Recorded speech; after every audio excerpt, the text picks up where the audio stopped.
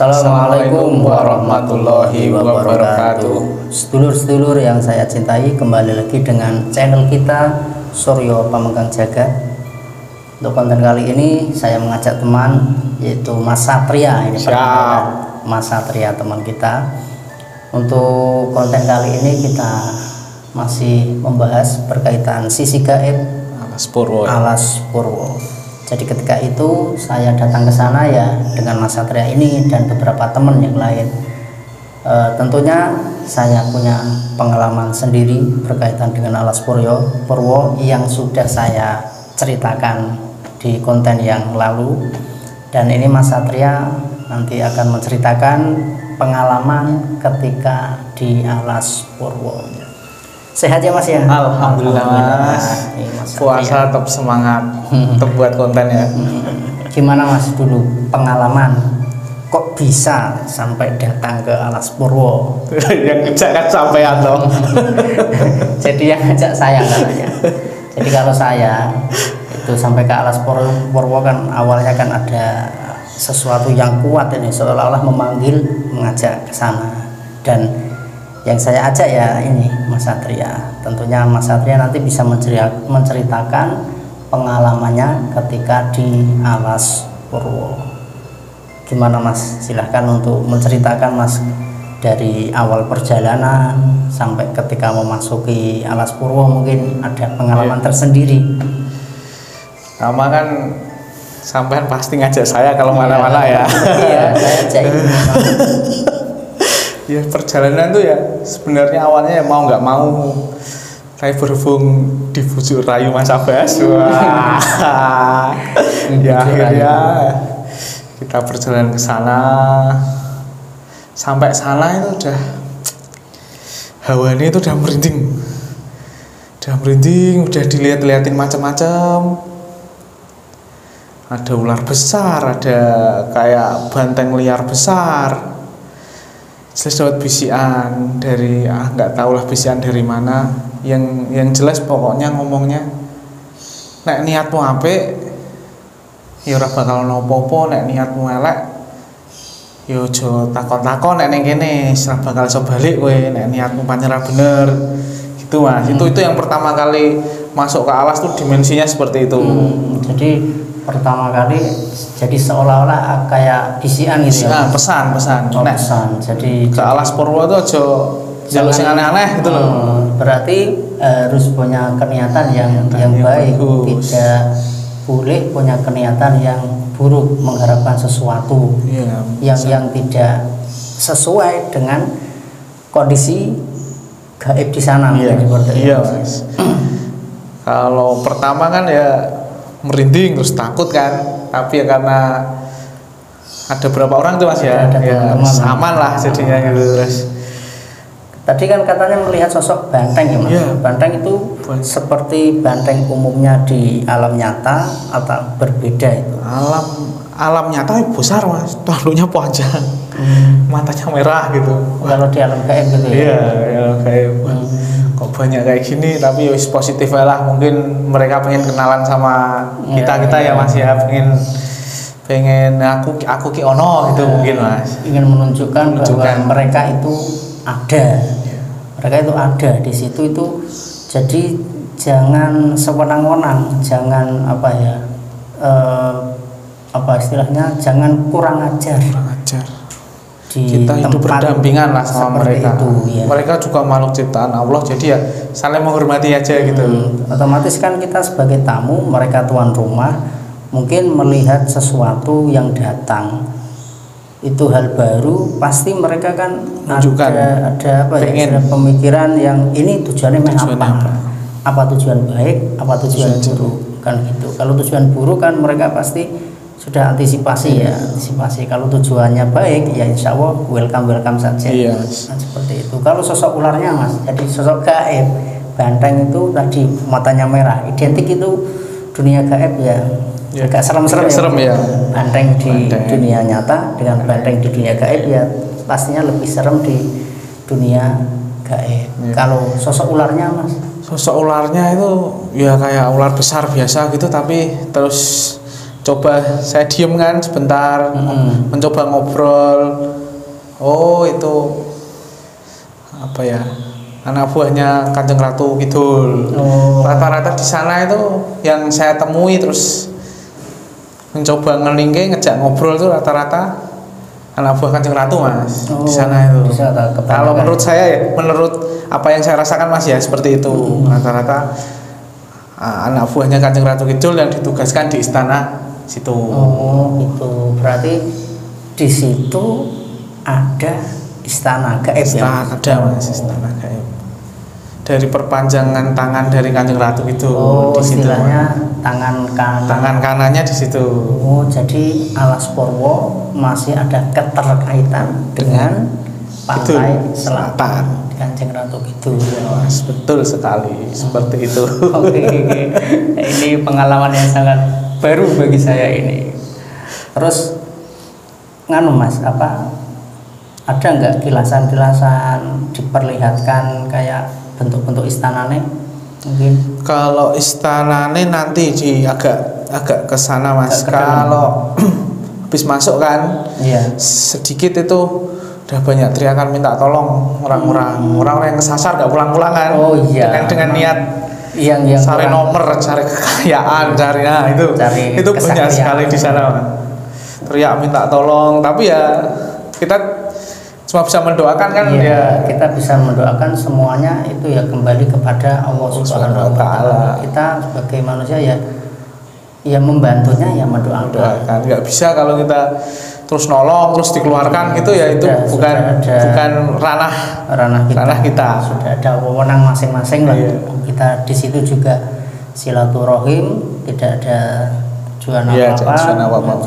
Pengen istilahnya kenal aja ya, di situ. Terus kalau istana itu agak kayak gunung naik ke atas gitu, tapi tangganya dari emas semua Mas. Dari emas. Berkilau orang itu. Nah, tak ambil langsung sugisan. Tapi kayak gitu Mas. Jadi memang di dunia gaib itu keindahan dari emas, dari intan, permata itu sangat banyak sekali sebenarnya di dunia gaib itu. Makanya kadang-kadang orang yang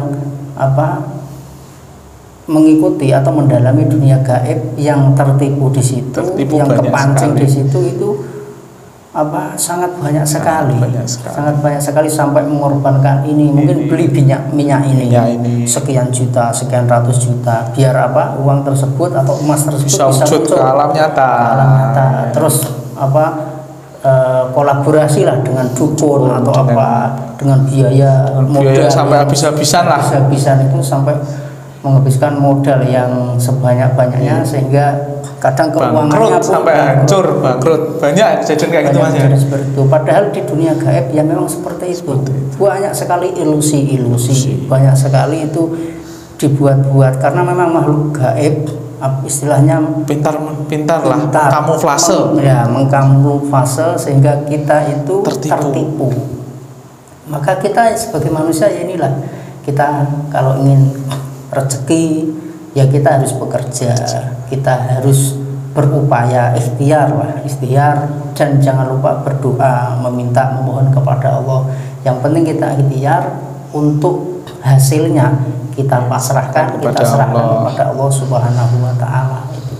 Jadi di situ tangga emasnya ngeri ya Mas. Apalagi kalau sampai masuk tangga emas terus keris itu Mas. Waduh, kalau mau ngambil dijual di sini banyak sekali senjata, banyak sekali pusaka-pusaka lah Mas. Kadang itu Mas, di dunia gaib itu kan kadang ada bentuk alam itu yang sangat indah. Kadang itu orang tertipu di situ yang seolah-olah itu anggapannya mungkin surga atau apa ya. Kalau saya sih lebih ke niatan orang itu sendiri Mas ya. Mungkin kalau saya suka wanita, yang kemarin ya banyak wanita cantik. Kalau mungkin yang lebih suka ilmu jaduk, kanuragan, di situ banyak. Berarti jadi tergantung kenyataan terus tergantung nafsunya kita itu di mana gitu loh Mas. Nah, jadi nanti kita dibawa ke situ. Diiming-imingi. Ya, diiming-imingi biar tertarik. Nah, kalau saya nggak suka semisal kesaktian, diiming kesaktian kan ya nggak tertarik kan, nggak tertipu kan. Nah, gitu loh. Kalau suka sesuatu di situ, kenyataan di situ, terus diiming-imingi situ, kita masuk akhirnya nggak bisa pulang kita. Gitu, anak istri di rumah. Ini ya seperti itu. Kalau kemarin saya mungkin kan kenyataannya pengen mengenal di situ dulunya seperti apa, akhirnya dimunculkan sebuah tragedi pertempuran ketika zaman Majapahit, terus orang-orang yang mencari kesaktian yang bingung nggak bisa pulang, terus orang-orang yang kecelakaan. Itu tergantung kenyataan masing-masing kayak gimana. Ya kalau di nalar ya nggak masuk nalar, tapi ya emang saya setengah tidur tapi ya nyata kelihatannya gitu loh Mas. Jadi jelas sekali. Kayak gitu. Dulu kok nggak bawa emas lah Mas? Walah, Pak minta tangganya sedikit gitu. Minta Mas Nixon aja nih, Mas Nixon. Iya Mas ya. Nah itu pengalaman kita. Tapi kalau dari pengalaman ya komunikasi juga sama orang yang udah di situ tertipu Mas ya. Satu orang tuh namanya Mbah siapa, udah agak lama kan satu lupa. Nek mbok goning alam nyata ya bentuknya elek, paling jadi kayu apa jadi gitu. Berarti ketika di sana di dunia gaib itu bentuknya emas, indah, bagus sekali, mungkin intan, permata dan sebagainya. Ketika diwujudkan di alam nyata bisa saja berubah ya. Berubah. Dan itu rata-rata berubah. 99% berubah. Kecuali memang itu rezeki dari Gusti Allah buat orang itu. Pasti berubah. Menjadi ya kayak kupingan, kayak apa? Tambah jelek ya. Tambah jelek. Tambah buruk ya. Ada cerita juga kemarin temen itu pernah wujudin seperti itu Mas. Di hari pertama dites di toko emas. Oke bagus 99%, 24 karat. Dah nggak mau jual. Hari ketiga ada kebutuhan mendadak dijual, berubah jadi kuningan aja. Jadi ini pengalaman kita ya, dulur-dulur semua, ketika kita datang ke Alas Purwo itu ya ditunjukkan hal-hal semacam itu. Mungkin banyak sekali yang hal-hal di situ yang belum terkuak, yang belum terurai.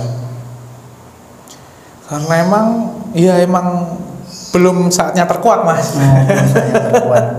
Kalau terkuak nanti tidak malah geger nanti. Sana semua orang-orang nanti pada ngambil tangga itu. Ya kira-kira itu lah sedulur pengalaman dari kita. Mungkin sedulur-sedulur semua bisa mengambil hikmah dari perjalanan kami, bahwa di dunia gaib itu memang sangat banyak sekali tipuan-tipuan, kamuflase. Jangan tertarik di situ. Tapi kita sebagai manusia, kita diciptakan oleh Allah. Kita sebagai manusia ya layaknya kita hidup seperti manusia. Jadi menerima kodrat kita. Kalau kita miskin, kita tidak punya apa-apa, tidak bisa apa-apa, ya itu memang pemberian dari Allah, sudah kodrat dari Allah. Maka kita bersabar dan bersyukur dan terus berikhtiar. Bagi yang kaya mungkin jangan lupa berbagi lah dengan orang-orang yang tidak punya, sehingga mereka pikirannya tidak cekak sehingga mengambil jalan pintas untuk melakukan hal-hal semacam itu, ritual untuk pesugihan dan sebagainya. Kasihan. Maka berbagilah, itu juga dianjurkan oleh agama, dan ketika berbagi dengan tulus akan menimbulkan kebahagiaan di hati kita masing-masing. Demikian sedulur, mudah-mudahan bermanfaat. Jangan lupa di subscribe, like, komen, dan juga di share, dan jangan lupa nyalakan lonceng notifikasinya. Assalamualaikum warahmatullahi wabarakatuh.